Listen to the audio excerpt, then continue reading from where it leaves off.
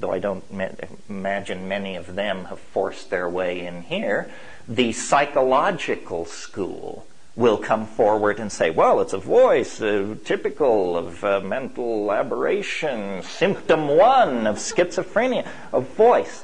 Yes, we are not naive. We went to the same schools you did, thank you. However, the fact that this voice is accessible to non-pathological personalities and on demand is highly suggestive, I think. Next point, but let me belabor the point. This experience is available to everyone. The thing I love about psychedelics is no guru, no method, no teacher. You don't need any of that crap. This will work. If it doesn't work the first time, you didn't take enough. This will work. It will work on you, Mr. MIT engineer, with your diagrams of antimatter propulsion systems. It will work on anybody. I started out from that place. Okay, that's the first thing. Now, this small family of compounds, of which psilocybin is an interesting example because it occurs in the mushroom. And let me say this, it's my workshop, we'll do it my way. What troubles me about the current state of UFO modeling is how incredibly pedestrian the alien is assumed to be. I mean, their little gray suits, their charmingly slanted eyes, their cheerful interest in our reproductive capacity. I mean, I think that the alien will be so alien that your jaw will hang in the air. And expecting to meet an anthropoid-like alien with an interest in your reproductive machinery and gross industrial capacity is as culture-bound a concept as searching NGC 321 for a good Italian restaurant. It's absurd on the face of it. Let us for a moment hypothesize aliens. The guy before me spoke of being 100,000 years in advance. If you want to know how far in advance you are, if you're 100,000 years in advance, ask yourself, where were we 100,000 years ago?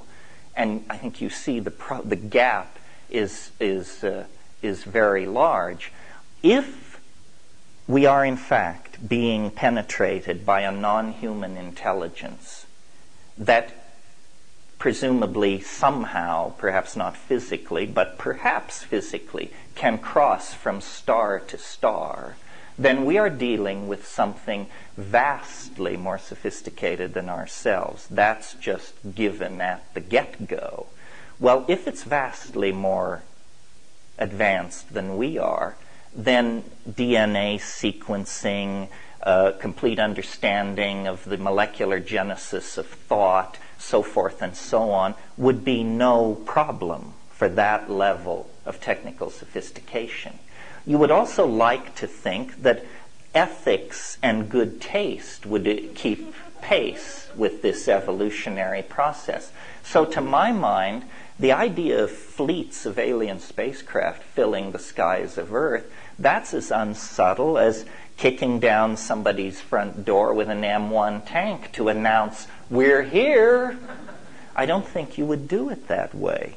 If you really wanted to study a aboriginal race and you really had a hot technology, what you would do is you would study their social psychology and you would say, are there any chinks in the armor of their expectations about how reality behaves? And you would discover, in studying us, this species intoxicates itself, and it has a curious attitude towards its intoxications. Anything goes. So if somebody drinks a pint of Stolichnaya and announces that they see pink elephants, we are all amused. We say, of course you do, you were drunk out of your mind. Isn't it obvious that an alien would hide its presence in an intoxication? That this is the non-invasive, tasteful, respectful way to have intercourse with another species. You say, you put yourself into a plant. You put a barcode into a molecule. Then the shaman intoxicates himself and he says, aha, it's an ancestor spirit, or it's the soul of the plant. But whatever it is, it's giving me good information. It's telling me where the reindeer went. It's telling me what the weather will be next week. It's telling me who stole the goose, and it's telling me who slept with who, and it's telling me who among the ill members of my tribe will live and who will die. And with that information, I can make a political career as a healer. So you see, the extraterrestrial is a mean trader. The extraterrestrial is trading data. Giving data, maybe. But I think trading, because it's taking something away. So first it tells you where the reindeer have gone and who's sleeping with who. Later it suggests things like alphabets. Later still it suggests things like the calculus. Do you see where it's leading? All of human history is the signifier of the presence of the alien. Human history is what happens to an advanced animal species when it is interpenetrated on a scale of 1,000,000 years by a mind in another dimension. We were selected out of the swift running river of animal organization, took an orthogonal turn, and headed out into the world of symbolic activity, cognition, signification, ritual, analysis, projection. The flying saucers, the alien, the other, is what is sculpting us out of animal organization as we move toward it in time. This is what shamanism is all about. This is what the psychedelic people are discovering as they descend into these trances. Well, okay. Well, one more thing, and then I'll leave that, given the interests of this crowd.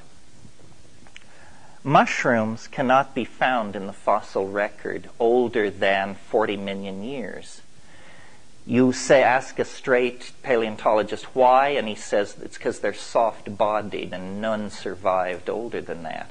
We have soft-bodied creatures in the Burgess Shale that are dating out at 3.8 billion years. If you assume a super technology, it means that the species that holds that technology can design itself. It is not subject to the tyranny of whatever form it inherits from the evolutionary processes of its home planet. Even we, in our primitive state, are on the brink of being able to design ourselves through genetic manipulation. Therefore, look at Stropharia cubensis, the psychedelic mushroom. Spores are the most electron-dense organic material known. The electron density of the outer case of a spore approaches that of a metal. A single mushroom in the sporulation phase can shed up to 3 million spores a minute for up to 6 weeks. One mushroom can do this. I maintain, following Bracewell, that a strategy for extraterrestrial contact carried on by a super technology would take the following